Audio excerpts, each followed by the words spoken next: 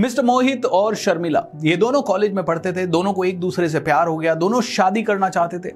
परिवार वालों ने माना नहीं शुरुआत में, लेकिन इन्होंने अपने परिवार वालों को मिलाया। प्यार परवान चढ़ता गया और बाद में जीत इनके प्यार की हुई। दोनों ने शादी कर ली। शादी करने के बाद ये दोनों बहुत अच्छा कमाने लगे। दोनों ने मेडिकल साइंस की पढ़ाई की थी, इसीलिए दोनों एमबीबीएस डॉक्टर्स थे और दोनों अच्छी नौकरियां कर रहे थे। एक दिन इन दोनों ने डिसाइड किया कि हम नौकरी छोड़ेंगे और अपना खुद का अस्पताल खोलेंगे। इन दोनों ने नौकरी छोड़ी और अपना अस्पताल खोलने के लिए सारे काम करने में जुट गए। लेकिन इन दोनों को घूमना फिरना भी पसंद था, तो ये कभी कभी घूमने फिरने भी जाते रहते थे। तो एक बार इन्होंने डिसाइड किया कि अपनी कार से ड्राइव करते हुए हम शिरडी जाएंगे और शिरडी साईं बाबा के दर्शन करेंगे। उसके बाद हम अपने हॉस्पिटल के काम की शुरुआत करेंगे। ये दोनों गुजरात के रहने वाले थे। अहमदाबाद से ये दोनों कार में निकले। अहमदाबाद से मुंबई पहुंच के एक रात रुके। मुंबई से ये शिरडी के लिए रवाना हुए। मौसम थोड़ा खराब हो गया था, बारिश बहुत ज्यादा थी, रास्ते में बहुत सारा कीचड़ था। शाम को ड्राइव करते करते 4 बज गए थे। मोहित जी को थोड़ी सी भूख लगी, तो शर्मिला जी ने कहा आगे चलते हैं, रास्ते में कोई मिलेगा, दुकान वगैरह मिलेगा तो वहां चाय पी लेंगे, क्योंकि ये खाने का समय नहीं है। मोहित जी को भी समझ में आया कि वास्तव में 4 बजे खाना खाया तो डिनर नहीं कर पाएंगे और शिरडी पहुंचने में भी काफी देर हो सकती है। तो वो जैसे जैसे चलते जा रहे थे, ट्रैफिक बहुत ज्यादा था, बारिश बहुत ज्यादा थी, कीचड़ बहुत ज्यादा थी। इन दोनों ने रोड के लेफ्ट साइड में एक छोटी सी झोपड़ी देखी, जिसके सामने कुछ वेफर्स के पैकेट वगैरह लटके हुए थे। इन्होंने कहा बहुत दूर हो गया रास्ता और रास्ते में कोई और नहीं मिला, चलिए यहीं रुक के चाय पी लेते हैं। उन दोनों ने गाड़ी पार्क की और चाय पीने के लिए वहां रुके। 2 कुर्सियां वहां लगी हुई थी, उन कुर्सियों पे बैठे। एक बूढ़ी सी महिला वहां बैठी थी। उनसे उन्होंने कहा मैम चाय पिला सकते हैं? बूढ़ी महिला ने कहा जी जरूर। वो चाय बनाने के लिए अंदर गई। 5 मिनट हो गए, चाय नहीं आई। 10 मिनट हो गए, चाय नहीं आई। 15 मिनट हो गए, चाय नहीं आई। तो मोहित जी उठे और उन्होंने अंदर से आवाज लगाई, मैम चाय बहुत देर लगा दी, 15 मिनट हो गए, हमें जल्दी जाना है। तो महिला की आवाज आई, बस लाई बाबूजी, 1 मिनट में लेके आई। और वो गंदे से 2 कप्स में चाय लेके आई। कपों को देख के मोहित जी थोड़े से सकुचाए। इतने में बूढ़ी महिला ने विनम्रता से कहा, सॉरी बाबूजी, देर हो गई, क्योंकि मैं तुलसी के पत्ते लेने चली गई थी। मैं आपको तुलसी वाली चाय पिलाना चाहती थी।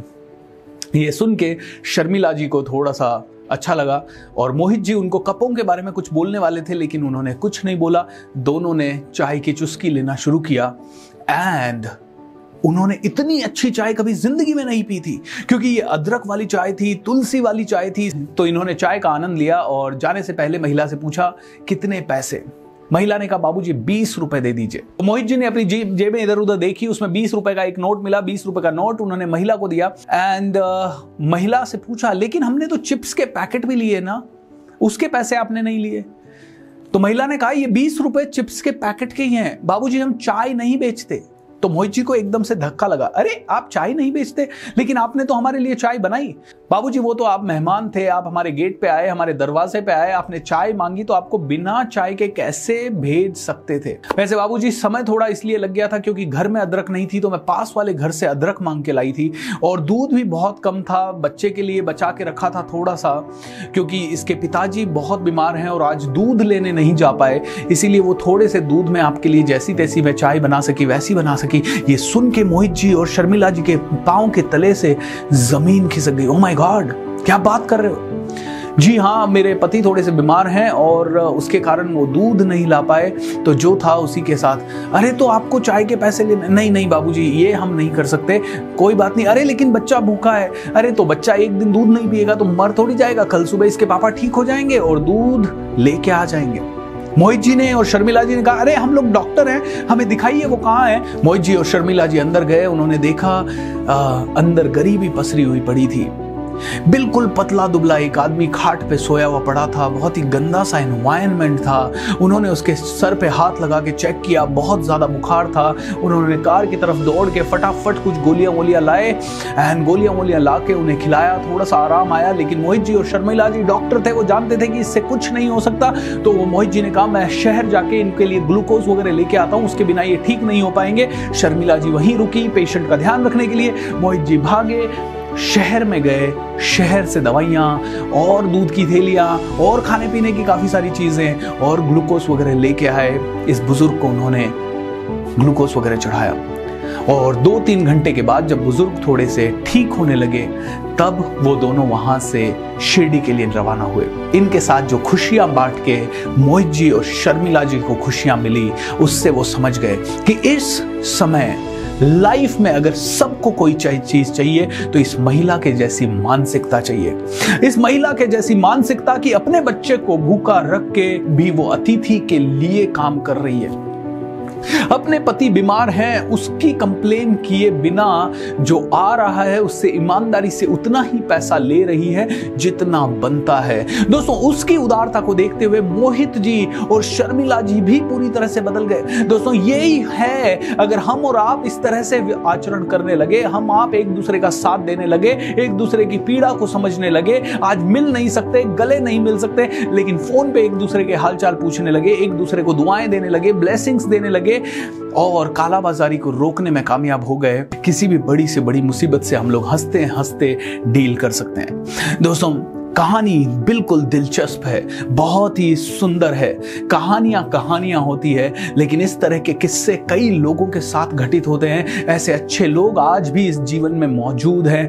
दोस्तों, इस तरह के इंस्पायरिंग लोग अगर होंगे तो वो पूरे समाज के लिए आदर्श बन जाएंगे। इस तरह के इंस्पायरिंग लोग होंगे तो नौजवानों को भी एक प्रेरणा मिलेगी। आज कहीं ना कहीं युवा भटक रहा है। क्यों भटक रहा है? क्योंकि हर युवा को चाहिए कि वो मॉडल बन जाए, वो जल्दी पैसा कमा ले, उसके पास कारें हों, उसकी लेविश लाइफस्टाइल हो, लेकिन बहुत कम युवा उन संस्कारों की तरफ जा पा रहे हैं जो कि हमें बचपन से दिए गए हैं। दोस्तों, आज जो दादा दादी नाना नानी की कहानियां थी वो सुनाना बंद हो गई है, इसलिए हम जैसे मोटिवेशनल स्पीकर्स को कोई ना कोई कहानी आप लोगों तक लेके आनी पड़ रही है।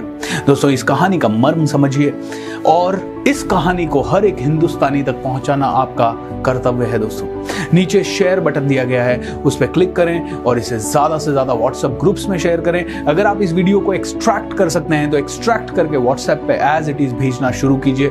दोस्तों, क्योंकि आपका ये छोटा सा प्रयास कई लोगों की जिंदगी बचा सकता है, क्योंकि ये फैक्ट है, किसी को बदलने के लिए कभी कभी एक शब्द या एक कहानी या एक सेंटेंस इनफ होता है। और अगर एक भी आदमी आपके प्रयास से या मेरे प्रयास से बदला तो हु नोज, वो इंसान छत्रपति शिवाजी या अब्दुल कलाम जैसा बन सकता है। Who knows. दोस्तों, उम्मीद पे दुनिया कायम है। बस इसी उम्मीद के साथ ये कहानियां मैं रिकॉर्ड कर रहा हूँ। इसी उम्मीद के साथ the magic of thinking rich 30 दिन का लंबा वर्कशॉप में लेके आया हूँ। इसी उम्मीद के कारण आप लोगों के लिए अच्छे से अच्छे कंटेंट लाने के लिए दिन रात मैं और मेरी टीम कार्य कर रही है। Thank you so much. Wish you all the best and have a great time.